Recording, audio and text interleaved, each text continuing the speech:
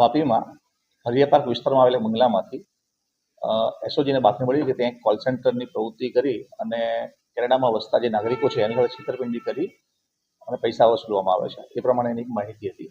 આ બાતમી હકીકતની ખરાઈ કરતા અને એમાં સાથે જણાઈ આવતા એસઓજીની ટીમ દ્વારા ત્યાં સ્થળ ઉપર રેડ કરવામાં આવી હતી અને સ્થળ ઉપરથી 2 મહિલા સહિત કુલ 11 આરોપીની અમે અટક કરેલા છે.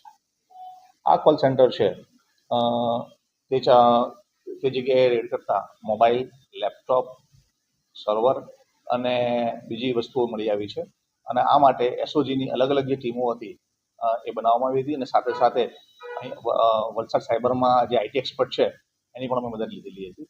આમાં એસઓજીની અને સાયબર એક્સપર્ટની મદદથી આ સમગ્ર જે સાયબર છે ક્રાઇમ એને અટકાવવામાં આવેલો હતો.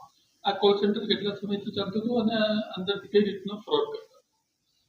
આ જે સાયબર જે કોલ સેન્ટર છે એ છેલ્લા 1.5 મહિનાથી અહીંયા આ લોકોએ મકાન ભાડે લીધું તે પ્રમાણે હકીકત જાણવા મળેલ છે અને તે લોકોએ છે આના માટે મુંબઈથી જે જીગર નામનો માણસ છે જે આવેલો હતો અને અહીંયા એડમિન તરીકે કરતો હતો અને એની સાથે પોતે અલગ અલગ બીજા 10 જણ અહીંયા લાવેલો હતો.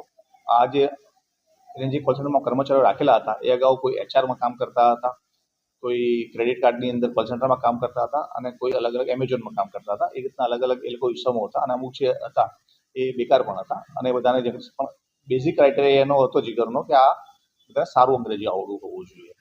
આ ઘટનાનો જે મુખ્ય માસ્ટર માઇન્ડ છે એ રાજ ઉર્ફે રાજેશ ઠાકરે છે અને એને અત્યારે મેં વોન્ટેડ બતાવેલો છે. કેટલા લોકોની સાથે ફ્રોડ થયો એ અત્યારે જે તમામ ડેટા મળ્યા છે એ પ્રમાણેનું એનાલિસિસ ચાલુ છે અને જેમ જેમ એનાલિસિસ કરશો એમાં આંકડો વધી રહ્યો છે એટલે હાલ પૂરતું અત્યારના તબક્કે એ જણાવવું યોગ્ય નથી. સર, કઈ રીતના સંપર્ક કરે, ખાસ કરીને સિમ કાર્ડનો ઉપયોગ કરતા નથી? આ જે આખો માસ્ટર માઇન્ડ છે જે હેન્ડલ કરતો હતો જે રાજ જે મુંબઈથી, તે મુખ્યત્વે આ લોકો જે લેપટોપની અંદર 2 પ્રકારની એપ્લિકેશન વાપરતા હતા, એક્સલાઇટ અને એ ફોન. એક્સલાઇટ જે એપ્લિકેશન છે એની અંદર જે રાજેશ છે મુંબઈથી એ લોકોને પર્ટિક્યુલર વ્યક્તિ જે છે કોઈ કેનેડિયન નાગરિક એનો ડેટા મોકલતો હતો અને એની સાથે શું વાત કરી એની સ્ક્રિપ્ટ આપતો હતો કે તમારે કેવી રીતે વાત કરવી છે.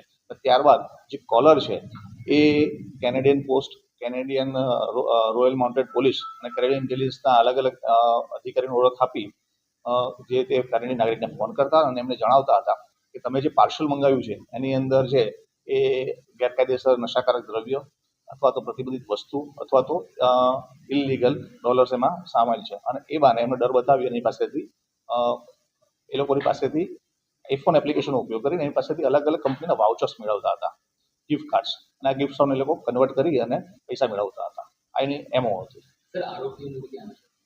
જે આરોપી જે છે મૂળ જે રાજ છે માસ્ટર માઇન્ડ છે જે વોન્ટેડ છે અત્યારે મુંબઈનો છે અને આ ઉપરાંત જે જીગર નામનો જે અહીંયા ટોટલ હેન્ડલિંગ કરતો હતો એ માણસ અત્યારે એ પણ મુંબઈનો હતો અને મોટાભાગના જે ઈસમો છે એ મુંબઈના છે અને 3 જેટલા ઈસમો છે એ મણિપુરના છે. આ મણિપુરના જે ઈસમો હતા એ જીગરના જે મિત્ર મણિપુરમાં રહેતો હતો સાથે ભણતો એના માધ્યમ થ્રુ લોકો આના કોન્ટેક્ટમાં આવ્યા હતા અને જોબ કરવા માટે અહીંયા આવેલા હતા. અત્યાર સુધી એવું કંઈ બહાર આવ્યું કે વાઉચર કેટલા પૈસા ભેગા કર્યા અને કેટલા ઇટ ઇઝ અંડર ઇન્વેસ્ટિગેશન.